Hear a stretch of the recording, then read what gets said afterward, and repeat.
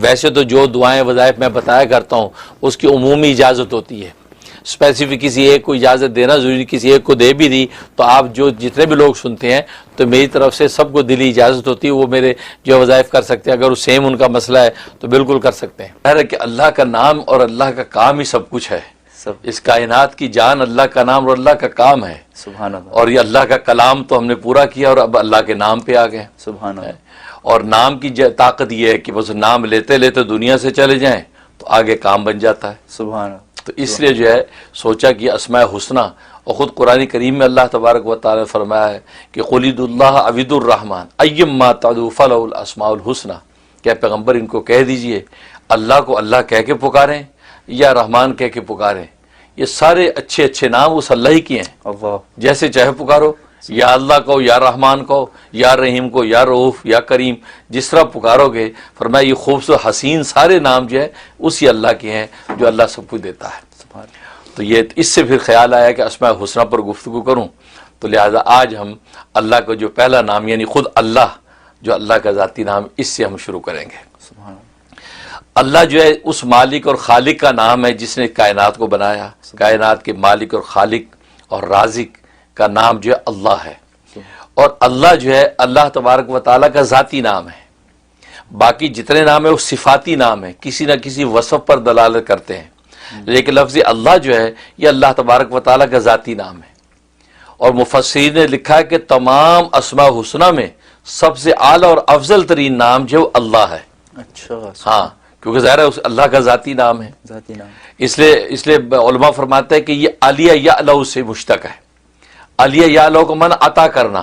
اچھا، تو اللہ کو بھی اللہ اس لیے کہتے ہیں کہ وہ عطا کرتا ہے، سبحان اللہ۔ تو عطا بلکہ عطا کرتا ہی اللہ ہے، تو عطا کرنے والی ذات کو اللہ کہا جاتا ہے، اس لیے جو ہے وہ یہ اللہ جو ہے اس ذات کا نام جو ساری کائنات کو عطا کرتا ہے۔ اور یہ نام ایسا مبارک نام ہے کہ اس وقت بھی تھا جب کائنات میں کچھ نہیں تھا،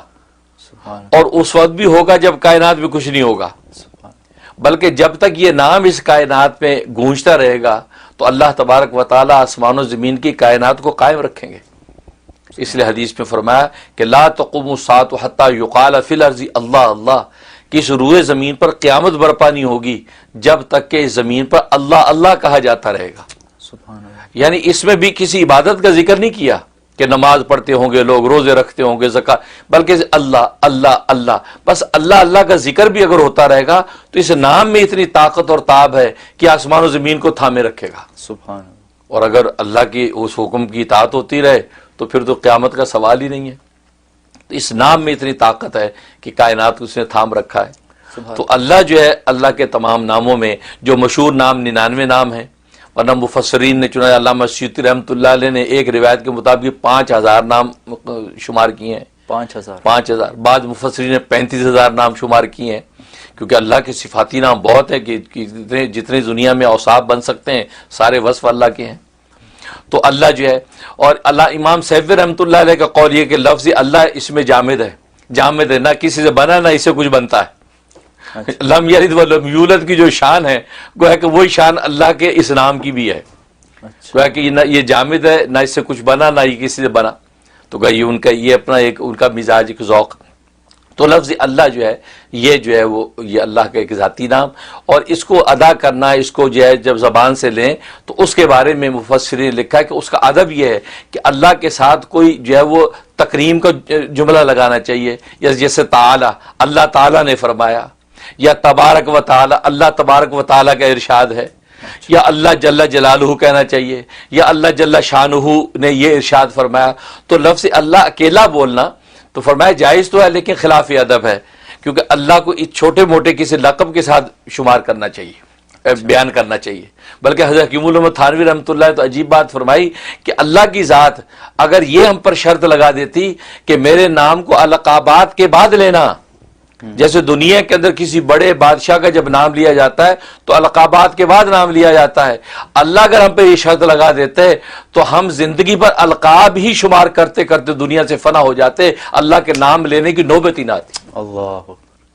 اللہ کی ذات کی القاب اتنے کہ وہ بادشاہوں کا بادشاہ ہے، فرمایا کہ اگر اللہ یہ شرط لگا دیتے تو پھر ہم اللہ کا نام نہ لے سکتے۔ یہ اللہ کی لطف و عنایت ہے کہ اللہ نے یہ شرط نہیں لگائی کہ میرے ناموں پہ القاب پہلے لگاؤ، جیسے دنیا کے بادشاہوں میں القاب پہلے شمار ہوتے ہیں پھر میرا نام لینا۔ فرمایا کہ اگر اللہ کے القاب بیان کرتے رہتے، فرمایا زندگی ہماری فنا ہو جاتی، اللہ کا نام لینے کی نوبت نہ آتی۔ اللہ یہ فرمایا وہ کریم داتا ہے، اس نے ہمیں کہہ دیا تم جلدی سے جھٹ سے نام میرا لے لو اور اپنے دلوں کو تسکین دے لو۔ اللہ، یہ تو بہت اس لیے ہم عجیب ہے۔ اللہ اللہ کہہ دیتے ہیں، یا اللہ کہہ کے پکارے، یا اللہ ہماری حاجت پوری کر دے۔ ہم القاب کے تکلف میں نہیں پڑتے، یہ بھی فرمایا اللہ کی لطف و عنایت ہے، ورنہ بادشاہوں کی طرح شرط لگا دیتے تو پھر اللہ کے نام لینے کی نوبت نہ آتی۔ اللہ تو فرمایا کہ حقیقت یہ ہے کہ اللہ تبارک و تعالیٰ کا نام جو ہے یہ اتنا جو ہے وہ اتنا عظمت والا نام، بلکہ پیرانی پیر شیخ عبد القادر جیلانی رحمۃ اللہ علیہ فرماتے ہیں اسم اعظم جو ہے وہ ہے ہی اللہ، سبحان اور یہ بڑی پتہ کی بات ہے ان کی۔ فرمایا کہ اسم اعظم اللہ ہے، لیکن شرط یہ ہے کہ جب یہ اللہ کا نام اپنی زبان سے آپ لیں اور جب اللہ کا لفظ پکاریں تو آپ کے دل میں اللہ کے غیر کا خیال نہیں ہونا چاہیے۔ اچھا، فرمایا کہ ادنا خیال بھی آپ کے قلب کے اندر نہ ہو، خالص اللہ کی پکار کے ساتھ جو ہے آپ اللہ کو پکاریں، زبان پر بھی اللہ اور دل میں بھی اللہ کے سوا کوئی غیر نہیں ہے۔ فرمایا یہ اسم اعظم ہے، اس طرح پکار کے کچھ مانگو گے خدا اسی وقت جھولی بھرے گا، اللہ اور یہ حقیقت ہے۔ یہ اہل دل نے اس کے تجربے کیے ہیں کہ جب اللہ کو خالص کر کے پکارا ہے اور دل میں بھی اللہ کے سوا کوئی نہیں ہے اور زبان پر بھی اللہ کے سوا کوئی اور نام نہیں، اور اللہ کہہ کے یا اللہ اللہم کہہ کے جب در سے پکارا، یہ واقع فرمایا یہ اسم اعظم ہے، اسی وقت اللہ مراد پوری کرتے ہیں۔ کیسے نہ ہو، اس لیے کہ اللہ جو ہے وہ لکھا ہے مفسرین کہ اللہ اس ذات کا نام ہے کہ جس ذات میں سارے جمال و کمال پینا ہو،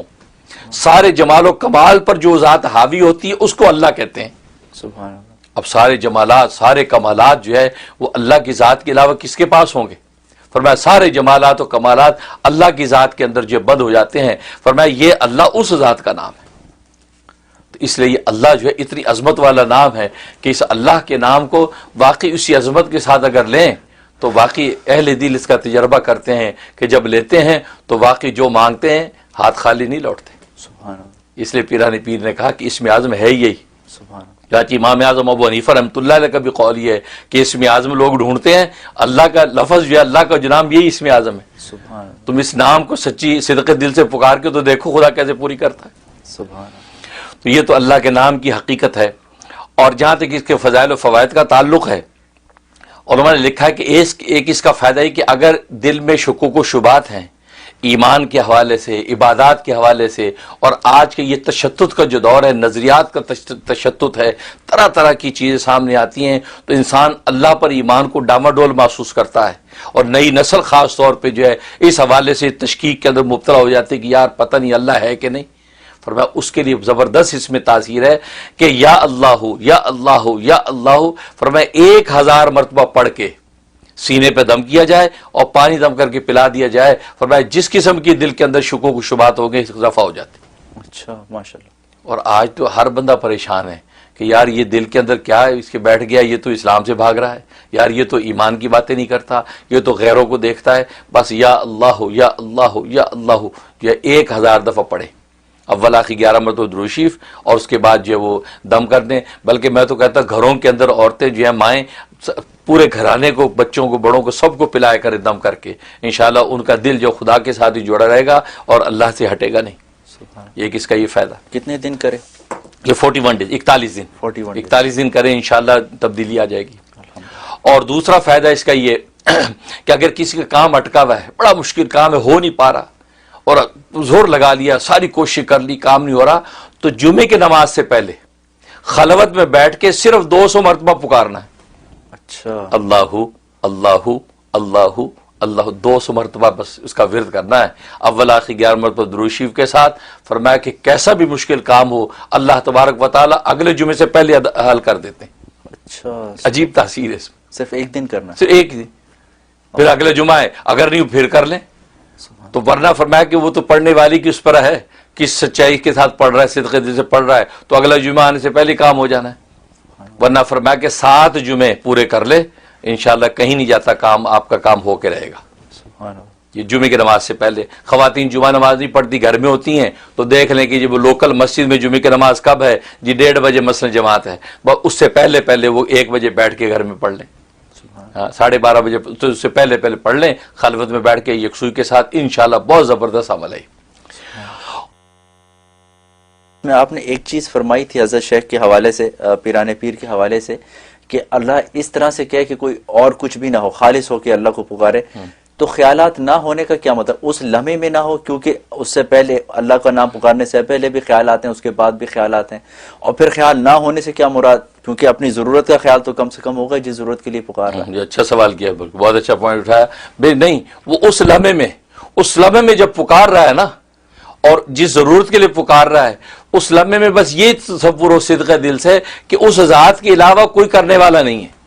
اس کو پورا اسی ذات ہی نہیں کرنا اور کوئی کر ہی نہیں سکتا۔ اچھا، بھلے بظاہر چھوٹا سا کام ہے، مثلا ایک نمک کی ڈلی لینی ہے یا ایک جوتی کا تسمہ،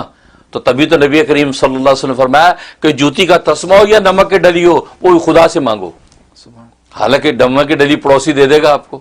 تسمہ دکان سے آپ کو مل جائے گا، لیکن فرمایا اللہ سے مانگو۔ اس کا مطلب یہ کہ وہ جو بھی چیز آپ مانگ رہے ہیں اس لمحے میں آپ یہ تصور باندھ کے مانگے کہ اس خدا کے علاوہ اور اس کو جو حل کرنے والا نہیں، اے اللہ خالص ساری کی ساری ہے، ایاک نعبد و ایاک نستعین، تجھ ہی سے ہم مدد مانگتے ہیں، اس شان کے ساتھ ہاتھ اٹھائے گا، اللہ تبارک و تعالی اس میں اعظم کی طاقت پیدا کر کے عطا کر دیں۔ سبحان اللہ، یہ مطلب اچھا، ماشاء اللہ، جزاک اللہ۔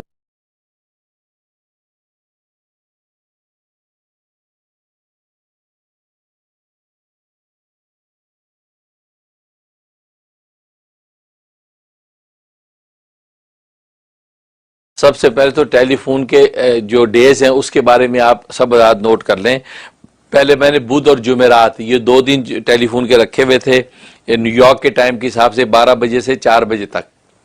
اب یہ چونکہ میرے پروگرام کے ٹی وی کے مشاغل کی وجہ سے میں نے وہ ڈیز چینج کر دیے ہیں۔ اب منڈے اور وینسڈے یہ 2 دن ٹیلی فون کے ہیں۔ منڈے کو فون کر سکتے ہیں آپ 12 بجے سے لے کے 4 بجے تک نیو یارک کے ٹائم کے حساب سے، اسی طریقے سے یا وینسڈے کو کال کر سکتے ہیں 12 بجے سے 4 بجے تک۔ اب جو تھرسڈے کا ٹائم دیا ہوا تھا وہ اب فی الحال ہم نے پوسٹ پون کر دیا، کیونکہ تھرسڈے میں دیگر اور مشغولیات ہو گئی ہیں، کیونکہ آپ جانتے ہیں کہ تھرسڈے سے میری فہم دین کورس شروع ہو جاتا ہے، تو تھرسڈے، فرائیڈے، سیٹرڈے، سنڈے یہ مسلسل پروگراموں میں چلتے ہیں، اس لیے کالز لینا میرے لیے اب دشوار ہوتا ہے، تو لہٰذا میں نے تھرسڈے اب کینسل کر دی۔ یہ نوٹ کر لیں کیونکہ آپ ذات کے کیلنڈر میں تھرسڈے لکھا ہوا ہوگا، اس لیے آپ تھرسڈے کو کالیں کیے جا رہے ہیں اور کوئی لینے والا ہے نہیں، اس لیے اب جو ہے وہ منڈے اور وینسڈے یہ 2 دن کالز کے ہیں، اور وہ بھی دوپہر 12 بجے سے لے کے 4 بجے تک۔ بعض جو ہے وہ بہن یہ بھائی بغیر وقت دے کے صبح سویرے 8 بجے 7 بجے سے کال شروع کر دیتے ہیں۔ نہیں، آپ اپنے اپنے ملک کے حساب سے ایسٹرن ٹائم کو میچ کر لیں کہ آپ کے ملک میں کون سا ٹائم ہے، اس حساب سے آپ جو ہے کالز کریں، تو میں بلکہ بھیج بھی دیا کرتا ہوتا ہوں کہ یہ ٹائمنگ ہے، تو اس میں وہ ارلی کر لیتے ہیں بعض دفعہ۔ ہاں اگر ایمرجنسی میں آپ کو کچھ چیز پوچھنی ہو باقی وقت میں تو آپ پھر وائس میسج چھوڑ دیں، اس میں وائس میسج چھوڑ دیں شارٹ مختصر کہ یہ مسئلہ آپ جلدی ہمیں بتا دیں، تو میں آپ کو لکھ کے یا وائس میں آپ کو جواب دے دوں گا۔ لیکن آپ پھر کال کی لالچ نہ کریں، کال 2 دن میں کریں، کیونکہ آپ کو پتہ ہے بہت زیادہ مشاغل ہیں اور بہت زیادہ اس میں ٹائم جو ہے وہ اس پہ خرچ ہو رہا ہے، تو لیکن یہ ہے کہ معاملات جو ہے پھیل رہے ہیں اور آپ چاہنے والے بھی پھیل رہے ہیں دنیا بھر سے۔ صبح